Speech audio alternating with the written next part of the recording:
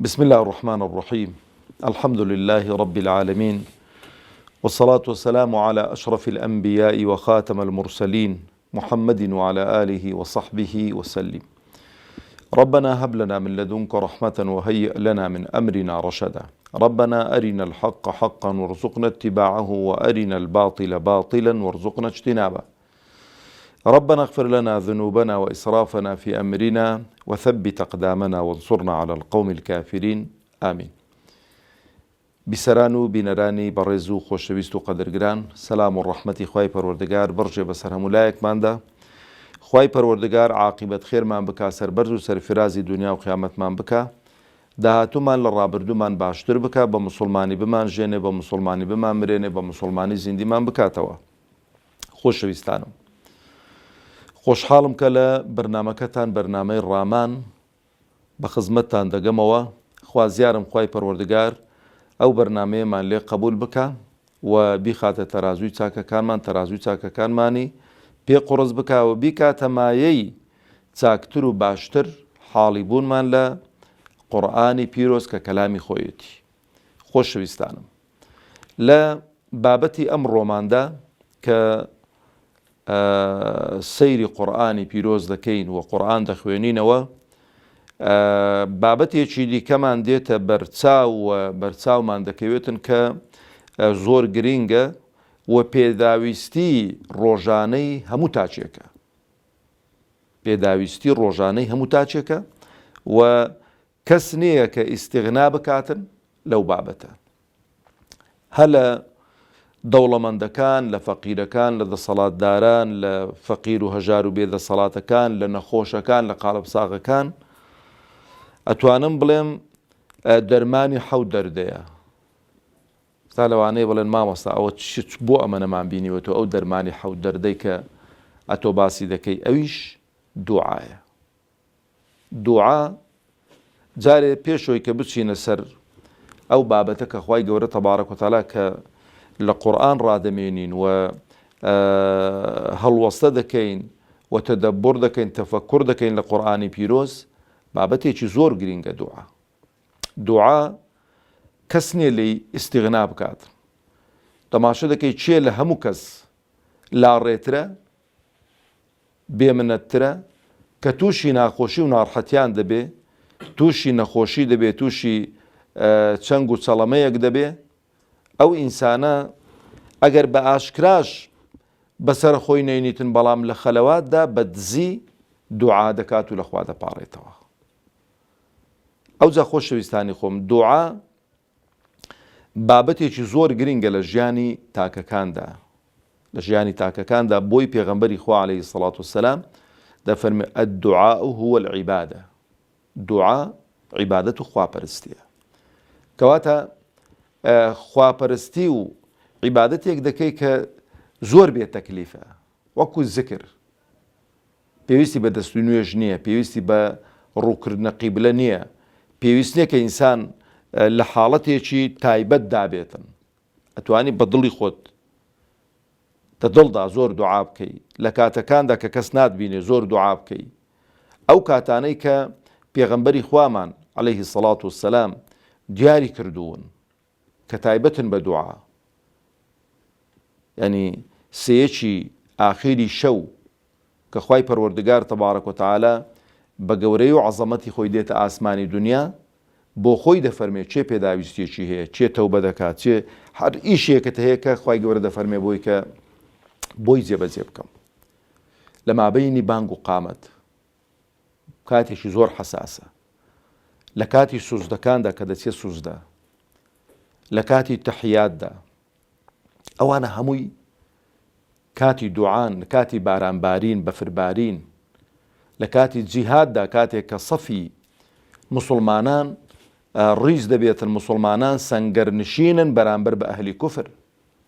ئەوانە هەمووی کاتی دوعان. خۆشەویستانی خۆم، دوعا ڕەتبوونەوەی نییە. دوعا ڕەتبوونەوەی نییە. ئەی لەوانە ئێستا یەکێکەوێ بڵێ وەڵڵاهی جا ماوەستا من هەندم دوعا کردوون تا ئێستا بۆم جێبەجێ نەبووە. باش کە دەڵێن دوعا ڕەتبوونەوەی یعنی چی؟ پێغەمبەری خوا عەلەیهی سەڵاتو وەسەلام دەفەرمێت دوعا کە دەکەی لەو چەند حاڵەتانە بەدەر نییە. یعنی تۆ عیبادەتێک کردوتە جارێ پێش هەموو شتێکی دوعا نابێت لە دڵ و قەلبێکی غافیلەوە بێت. ناکرێت و دوعا بکرێت ئیوان بینی و هەر دەڵێ هەر دەستی بەرز کردو تۆ تاوی کردو و کە ئەنەما تەواو بەردە مۆرێ پێی وەناوە ڕۆی. ناکرێت کە دوعا دەکەین دڵمان لە بازار بێت، دڵمان لە ناو معاملە بێ، دڵمان لە لایەکی دیکە بێتن بە قسە شتێکی دیکە بڵێن نزانی کە چشمان گوتووە. هیوامان هەیە کە دەست بەرز دەکات و دوعا دەکات کە تەواو بوو لێی بپرسە بڵێ داوای چت کرد لە خوای پەروەردگار تەبارەک و تەعالا نزانیت. ئەو جا پەلە نەکردن کاتێک کە عیبادات و خواپەرستی تەواو دەبێتن هاوڵێک کە بۆ هەر سەلامی دەدا و دەڕۆیی ذکری نەدەکرد، تەسبیحاتی نەدەکرد. ڕۆژێ پێغەمبەری خوا عەلەیهی سەڵام پێی فەرمووی فڵان کەس تو هیچ ئیشت بەخوای نی؟ بەدی چۆنەی پێغەمبەری خوا عەلەیهی سەڵاتو وەسەلام ئەی بۆ هەر سەلاماندا و ڕاست دەڕۆی ڕاناوەسی تەسبیحات ناکەی، تەحمیدات ناکەی، ذکر ناکەی. فەرمووی پێغەمبەری خوا ماڵ و منداڵمان کابرایەکی جوولەکە جیرانمانە دارخورمایەکی لە مابەینی منووی دارخورمایەک هەیە بە باش شەو خورما دەکەونە حەوشەکەی ئێمە ئەمیش کە پەلە دەکەم لە نوێژێ بچمەوە نوێژی بەیانیان دەمێ و خورمای خڕکەم و فڕەدەمەوە حەوشەی ئەوی بۆی کە منداڵەکانم هەستان نەیخۆن. ئیمامی ئەبوبەکر ڕەزا و ڕەحمەتی خوای لەسەر بێت کە ئەو حادیسە گوێی لێ دەبێ دەچێتن دارخورماکە لە کابرای جوولەکە دەکڕێتن دەیداتە ئەو موسڵمانە. مەبەستی من یعنی ئینسان نابێ پەلەپەل بکا لە دوعا چکە زاری وایە تەماشە دەکەی سەلامی نوێژ دەدرێتەوە سەفی یەکەم سەفی دووەم سەفی سێم عادەتەن لەوانەیە لە کاتی خۆ گەیشت بن بەڵام سەفی چوار و پێنج وانەگە قەڵەباڵغ بێ ڕکعاتێک دوو ڕکعاتی ماون. ئەوانەی پێشەوە بەشێکیان هەستاوە دەی پەلەپەلیەتی تەماشای ئەو سەری دەکات لەو سەری تەنگاو دەبی ئێکەوەندەی کە تو چووی هاتووی تەنگاوی زیکرەکانت کردبوون چاوی چاو خۆ فێرکەن لە دوای عیبادەت و خواپەرستی ئینسان دەبێت زکر کا دوعا بکە بپاڕێتەوە لە خوای پەروەردگار تەبارەک و تەعالا. دوعایان فەوڕەن خوای پەروەردگار تەبارەک و تەعالا جێبەجێی دەکات ئەگەر ئەهل بین یانەوەتە خوای پەروەردگار ئەو دوعای کە تو داوای دەکەی بۆت دەگۆڕیتن بە کەلکەتوو نایە ئەوە. ئەمن داوای دەوڵەمەندی دەکەم خوا دەزانێت کە من دەوڵەمەند بم لە مسلمانێتەکەم نامینێ دەست بە فسق و فجور دەکەم یعنی کە فسق و فجور ناکەم خوا دەیزانێت لەبەرەوەی پارەم دەبەرچێدانیە ئەگەر پارەم بێتە بەرچێ دەست بە خراپەی دەکەم نامداتێ بەس لە زیاتەوەی کە نامداتێ قالبم ساغ دەکاتن خۆ قالب ساغی لە پارە و سەرەت و سامانی باشترە. داوای ئەوە دەکەی کە خوای پەروەردگار منداڵت داتێ منداڵانت ناداتێ دەزانی ئەو منداڵانەی تو کە گەورە بوونە بنە فتنە بۆت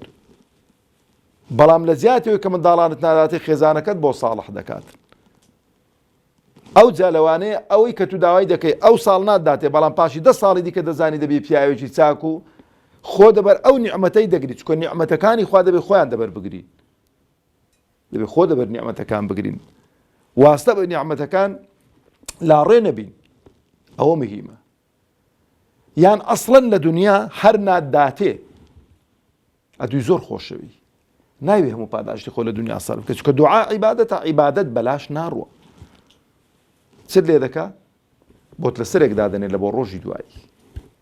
پاداشتی نوێژ وەردەگریەوە پاداشتی ڕۆژ وەردەگریەوە پاداشتی زەکات وەردەگریەوە حەج وەردەگریەوە جیهاد وەردەگریەوە سەدەقە وەردەگریەوە کۆمەڵە پاداشتێکی زۆر چی کردوتە لە دنیا وەردەگریەوە تەماشە دەکەی پاداشتێکی زۆری دیکە دەداتێ خوا دەڵێ خوای ئەوەی چییە دەڵێ ئەی دوعاکانت کەواتە دوعا زۆر گرنگە خوای پەروەردگار زۆر احتیمامی پێدەوە با بچینە خزمەت هەندێک ئایەتان تا بەرنامەکە تەواو نەبووە. لە سوورەتی الأعراف خوای پەروەردگار لە ئایەتی 55 دا دەفەرمێ ادعوا ربكم تضرعا وخفية إنه لا يحب المعتدين براشێنەکانی خۆم بیسەرانی ئازیزم بینەرانی بەڕێزم خوای گەورە دەفەرمێت لە خوای خۆتان بپاڕێنەوە تەضەڕوع یعنی چی یعنی دائیمەن ئینسان احتیاجی پێوە دیار بێت زوبان و دڵ ئاگایان لێک بێ یعنی تو بینە کەسێک عەرەب قسەیەکی هەیە دەڵێ لەیسەت النائحەة کەالثەکلە ئەوەی کە بە پارە دەگریەوە کۆی نییە کە جەرجی سوتا بێتن ئەنی وایە مەسەڵەن دەبینی دەڵۆرە کاکە لەو تازیەی ئەهاوەندە دەدەمێت لە خۆ دە و بگریەوە بۆی بزانن داخۆ چ شێر و قارەمانێکمان لە دەستداوە یان کابرا ئەسڵەن لە بۆی کە تموحی بەو بنەماڵەی هێشتی بۆ بکەن کابرا دەبینی لە خاوەن بنەماڵەکەی عەجایبتر دەگریێت بەڵام وەکو یەکنین زاهیریەکەی گریانەکەی بەڵام ئەوی دیکە جەرجی سوتاوە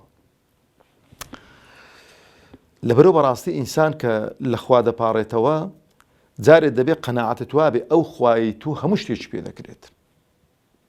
کە نایکا لەبەر بەرژەوەندی تۆ نایکات لەبەرەوەی خۆشی دەوێت کە نایکا ئەو شتەی بۆت ئەو جا تەماشەکەن ئینسان دەنجێ بەرز نەکاتەوە خەڵک گوێی لێبیت کابرایەک دەست دەنجی بەرز کرد بۆ لە زیکری پێغەمبەری خوا فەرمی لەسەر خۆبا بخۆ تۆ قسە لەگەڵ کەسێک ناکەی کە نەبیسێتن تۆ هاواری زاتێک دەکەی کە دەبیسێ ئەو خوایە تەبارەک و تەعالە ئەو جا إنه لا يحب المعتدين زانایان قسەی زۆریان کردو لەسەر ئەو ئایەتەی جارێ إنه لا يحب المعتدين ئەوە دەگرێت و کابرا زۆر خورد نەکاتەوە خوایە قەسرێکم دێ لە ناوەندێ بەهەشتێ خوایە ڕەنجی هوا لە بێتن هەندە غۆرفە بێتن هەندە بەرزبی هەندە ئەوی لوچی خدایە بەهەشتی پان و بەرینم بە قسمەت و فردەوسم بە قسمەتکەی تەواو ئەگەر چێ فردەوسیانی تەواو خوردکردنەوەی پێویست ناکاتن جا ئەو جا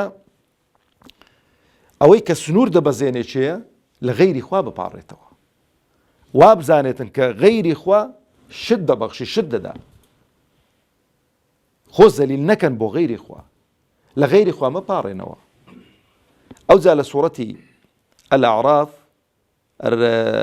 سوورەتی عراف ئاەتی 56 دەفەرمێ ولا تفسدوا في الأرض بعد إصلاحها وادعوه خوفا وطمعا ئینسان کە لە خوا دەپاڕێتەوە هەم ترسەکە کە ئەزانی هەموو شتێکی بەدەستە و هەم ئومێدیشت بە عەتا و بە بەخششی خوای پەروەردگار هەبێ إن رحمة الله قريب من المحسنين رحمەتی خوای گەورە نزیکە لە چاکەکاران ئەو جا بۆ ئەوانەی کە پەیامێکی زۆر دۆستانە و برایانە و دڵسۆزانە و خەمخۆرانن بۆ ئەوانەی کە لە غەیری خوا دەپاڕێنەوە لە پێغەمبەر دەپاڕێنەوە عەلەیهی سڵاو وسەلام لە شێخێک دەپاڕێنەوە لە ئەولیایەک دەپاڕێنەوە لە پیاوێکی چاک دەپاڕێنەوە ئەو خوا گەورە و عەزیمە نەهی لێ کردو دەفەرمێ إن الذين تدعون من دون الله عباد أمثالكم ئەوانەی کە لێیان دەپاڕێنەوە و داوایان لێ دەکەن بێجگە لە خوا عەبد و بەندەن وەکو ئێوە دەمرن لە بەین دەچن هیچیان بەدەست نییە دەفەرمێتی فەدعوهم دەفەرمون لێیان بپاڕێن و داوایان لێ بکەن فەلیەستەجیبوا لەکم با ئیشەکانتان بۆ جێبەجێ بکەن برا شیرنەکانی خۆم برای دایک و باوچیت بڕۆ داوای لێ بکە بڵێ پارەم بدێ بە 3000 5000 داوا لێ بکە جاری شەشەمیان جاری پێنجەم ڕۆ خۆت لێ دەشێریتەوە طبیعەتی ئینسان وایە ئینسان داوای لێ بکرێت تووڕە دەبێت بەڵام خوا داوای لێ نەکەی لێت تووڕە دەبێتن ئەگەر ئێوە ڕاست دەکەن خوای گەورە دەفەرمێ ئین كنتم صادقین کە ڕاست دەکەن خۆشەویستانم لە سوورەتی الأنبیا سێ نمونەتان بۆ دینمەوە بە پەلە کە خوای گەورە وەڵامی داوە تەوحید دوعاکان بۆمە قدوەن ئەوانە پێغەمبەرن عەلەیهیمو سەڵات وەسەلام وەخوای پەروەردگار تایبەتیشی نەکردووە بۆوان بۆ عامی خەڵکی ئیماندار و بۆ غەیری ئیمانداریش کابرای کافریش ئەگەر مەزلوم بێ زوڵم لێکراو بێت لە خوا بپاڕێتەوە خوای گەورە سەری دەخات چونکە جاری وایە کابرای کافریش لە خوا پاڕێتەوە خوا دەیداتی جدای کابرای مسلمان لە سوورەتی الأنبیا دەفەرمێ وأيوب إذ نادى ربه أني مسني الضر وأنت أرحم الراحمين پاش نەخۆشیەکی دوور و بەردرێژ کە بێ ئومێد بوون لە هەموو دکتۆرەکان دەستی بەرزکردنەوە فەرمووی خوایە ئەمن تووشی نەخۆشیە کاتوم تووشی زەرەرێ کاتوم لە جسمی خۆم وا تۆش ئەرحەم الراحمین نەچی گۆشی فامدا وا تۆش ئەرحەم الراحمین خوای گەورە چ دەفەرمێ فاستجبنا له وەڵامماندایەوە فكشفنا ما به من ضر وآتيناه أهله ومثله معهم رحمة منا وذكرى للعابدين دوعاکەمان جێبەجێ کرد چاکمان کرد شیفاماندا ماڵ و منداڵێکی زۆرمان پێدا واوەی کە هەیبوو زیاتریشمان پێدا و خوای پەروەردگار تەبارەک و تەعالە قالبێکی ساغی بە قسمت کردەوە هەر لە سوورەتی ئەلئەنبیا دەفەرمێ وذا النون إذ ذهب مغاضبا فظن أن لن نقدر عليه فنادى في الظلمات أن لا إله إلا أنت سبحانك إني كنت من الظالمين ذا النون يونس عليه الصلاة والسلام أو دوناويهن لموصل بيغمبر بو عليه الصلاة والسلام قومك إيمانيان بينيناوا رانوستاوا پەلەی کردووە خوای گەورە ڕێی پێ نەداوە بڕوا قەومەکەی بەجێ بێڵی و لە ناویان بڕوا و هیجرەت بکاتن بەهەرحاڵ کە چاوەڕێی نەکرد ڕۆی بە سواری کەشتێک بوو بپەڕێتەوە لە کەشتێکە قوڕس دەبێ قورعە دەکەن دەبێ یەکێکی بیانە ناو بەحرێ چەند جار قورعە دەکەن ئەمجا لەسەر ئەو پیاوە ساڵحی لەناو خەڵکیش مەشهور بووکەوە پیاوێکی ساڵح و پێغەمبەری خوایە سێ جار دووبا هەر سێ جار لەسەر دەکا کە قەدەری خوایە دەبێ باژۆ بۆ بەحرێ فڕی دەدەنە ناو بەحرێ و دەکەوێتە ناو دەوی حوتی لە ناو دەوی حوتی في الظلمات لە تاریکاییەکان ئەلەوێن دەرێ هاوار دەکا کە هاوار دەکا دەفەرمێتی ئەلا ئیلاهە ئیلا ئەنتە سوبحانەکە ئینی كنت من الظالمین خوایە هیچ پەرستراوێکی بە حەق نین غەیری ئەتۆنەوێ بەڕاستی من زوڵمم لە خۆم کرد نەدەبوا ڕۆیش بامە خوای گەورە دەفەرمێتی فاستجبنا له ونجيناه من الغم وكذلك ننجي المؤمنين وەڵاممان دایەوە لەو ناخۆشیانە چکۆ فەرموو بەچێ ڕزگار دەکرا لە ناو دەوی حوتی پێم بڵێن بە غەیری خوا لەبەرەوە دەفەرمێ فاستجبنا له ونجيناه وڕزگارمان کرد لە چی من الغم وكذلك ننجي المؤمنين بەو شێوەش ئیمانداران ڕزگار دەکەین بەو شێوەش ئیمانداران ڕزگار دەکەین ئەو جا خۆشەویستانی خۆم زۆر گرینگە لەوەی ئاخیری تەماشەکە وەزەکەریە إذ نادى ربه هەمووی لە یەک لاپەڕی قورئان داهاتوون لە سوورەتی ئەلئەنبیا ئەوەش سەفحەکەی 329 ئەوەی کە بیوێ تەماشەکاتن وەزەکەریە إذ نادى ربه زەکەریە کە تەماشەی کرد مەریەم ڕەحمەتی خوای لەسەر بێ خوای گەورە لە بەهەشت ڕزق و ڕۆزی بۆ دەنێری لێی دەپرسی ئەنا لەکی هذا ئەوە لەکوێ بوو قالت هو من عند الله خوای گەورە پێی داوم منداڵی نەبوون زەکەریا ژنیشی پیر بووە بەخۆشی پیر بووە ئەو جا دەفەرمێەوە زەکەریا إذ نادى ربه ربي لا تذرني فردا وأنت خير الوارثين خوای بەتەنێ منێڵیەوە لەو دنیای جێنشینێکم بۆ بکەی منداڵێکم پێ بەخشی دەفەرمێتی فاستجبنا له ووهبنا له يحيى وأصلحنا له زوجه زۆر عەجایبە ئەو قورئانە وەڵاممان دایەوە و یەحیامان بە قسمەت کرد کە کوڕیەتی وأصلحنا له زوجه وەژنەکەشمان بۆ چاک کرد یعنی بۆ چاک کرد چی خۆ خراپ نەبووە یعنی وامان لێ کرد کە منداڵی ببیتن لە عوقم و لە نەزۆکیمان ڕزگار کرد نەزۆک بۆ خێزانی چاکمان کرد کو دەڵێ بیبێکن دکتۆرێکی عەمەلیاتی بۆ بکەی خوای گەورە بۆ خۆی تەداخولی کردووە و شیفای داوە چاچی کردو بۆی کە منداڵی ببێتن ئەو جا خۆشەویستانی خۆم آخر قسم خوای گەورە تەبارەک و تەعالا دەفەرمێ لە سوورەتی البەقەرە ئایەتی 186 وإذا سألك عبادي عني فإني قريب ئەگەر عەبد و بەندەکانی من لێیان پرسی لە من ئەمن نزیکم لەوان دوور نیمە نەشی فەرمووە إذا سألك المؤمنون یان مسلمون عیبادی بەندەکانی من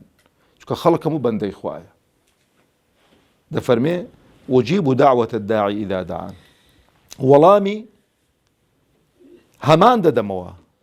وەڵامی داواکاریەکانتان دەدەمەوە خوای گەورە وا دەفەرمێ تەبارەک و تەعالا بەڵام فليستجيبوا لي وليؤمنوا بي لعلهم يرشدون بۆی ئەوانیش وەڵامی من بدەنەوە وەڵام دانەوەی خوا وەڵام دانەوەی پێغەمبەران عەلەیهیمو سەڵات وەسەلام و ئیمانم پێبێنن کە خوایەکی بە حەق هەیە بۆی کە ڕاستەڕێ بن سەرفرازی دنیا و قیامەت بن والسلام عليكم ورحمة الله وبركاته.